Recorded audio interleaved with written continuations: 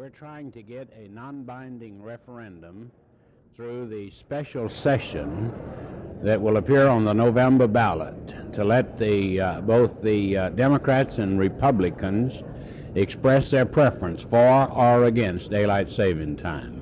This won't be binding on the legislature, but if we do get enough votes or enough people tell us that they are for or against daylight saving time, we'll know which way to go.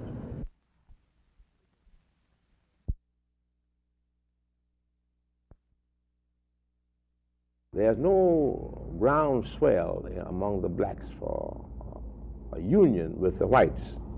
We had to leave the white church because we couldn't be treated as equals.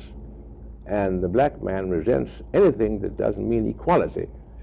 And I think that our role today is to let our white brethren know that we aren't trying to get into the white church. I think that the average black preacher, and I say this advisedly, is a better preacher than the average white preacher. I think he has more soul. The white preacher might have more intellectuality in some instances, but he lacks soul.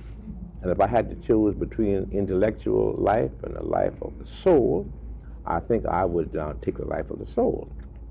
But where we can combine the two, intellect and soul, then we can get along.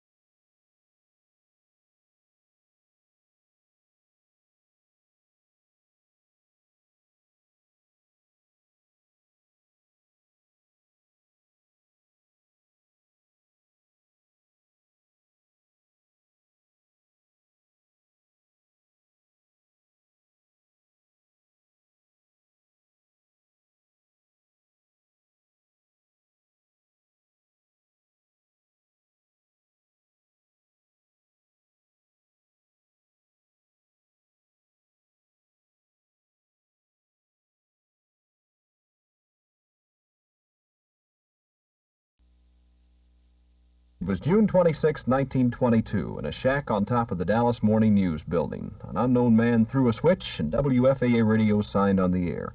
It's hard to believe now that the station started out as an experiment that nobody really thought would catch on. Most old-timers in North Texas remember WFAA radio's golden days with its early birds morning show.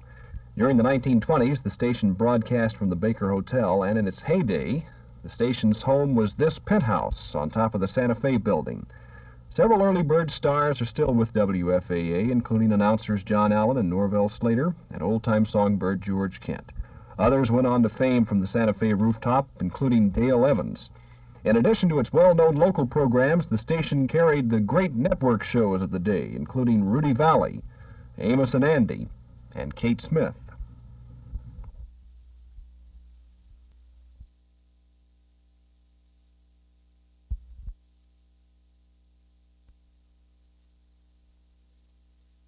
There have been a lot of changes in WFAA radio's programming over the past 50 years. Television came along and the station evolved into the music and news format heard on most radio stations today.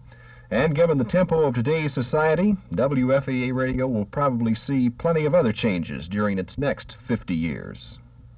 For Channel 8 News on the Move, this is Arch Campbell.